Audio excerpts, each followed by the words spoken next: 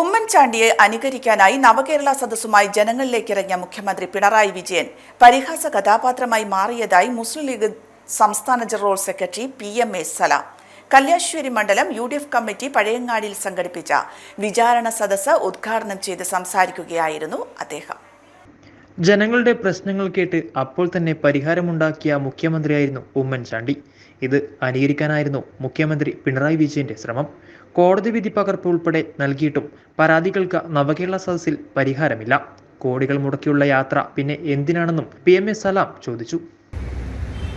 മുഖ്യമന്ത്രിക്കെതിരെ കരിങ്കൊടി പിടിച്ചാൽ, സമാധാനപരമായി പ്രതിഷേധിച്ചാൽ അത് വധശ്രമം. കരിങ്കൊടി പിടിച്ച കുട്ടികൾക്കെതിരെ എടുത്ത കേസാണ് വധശ്രമത്തിന് കേസ്. മുഖ്യമന്ത്രിയെ വധിക്കാൻ ശ്രമിച്ചു. കറുത്ത തുണി കൊണ്ട് എത്ര ആളുകളെ ഇതുവരെ ലോകത്ത് വധിച്ചിട്ടുണ്ട് എന്ന് എനിക്കറിയില്ല.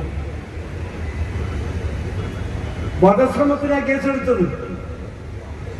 ഇത് മനസ്സിലാക്കാനുള്ള ബുദ്ധി കേരളീയ സമൂഹത്തിന് ഉണ്ടോ ഇല്ലയോ എന്ന് അടുത്ത പാർലമെന്റ് തെരഞ്ഞെടുപ്പോട് കൂടി തന്നെ സഖാവ് പിണറായി വിജയൻ മനസ്സിലാക്കും എന്നത് തന്നെയാണ് എന്റെ വിശ്വാസം.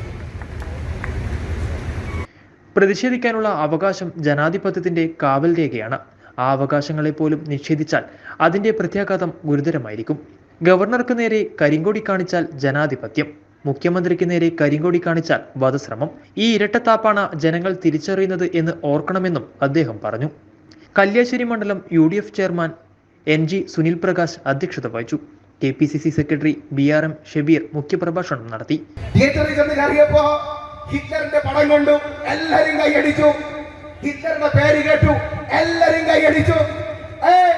അവസാനം സിനിമ തീരാറായപ്പോ വീണ്ടും ഹിറ്റ്ലറുടെ പടം കാണിച്ചു. എല്ലാരും എഴുന്നേറ്റ് അങ്ങനെ തന്നെ എന്ന് പറഞ്ഞു. ഹിറ്റ്ലർക്ക് മനസ്സമാധാനായി.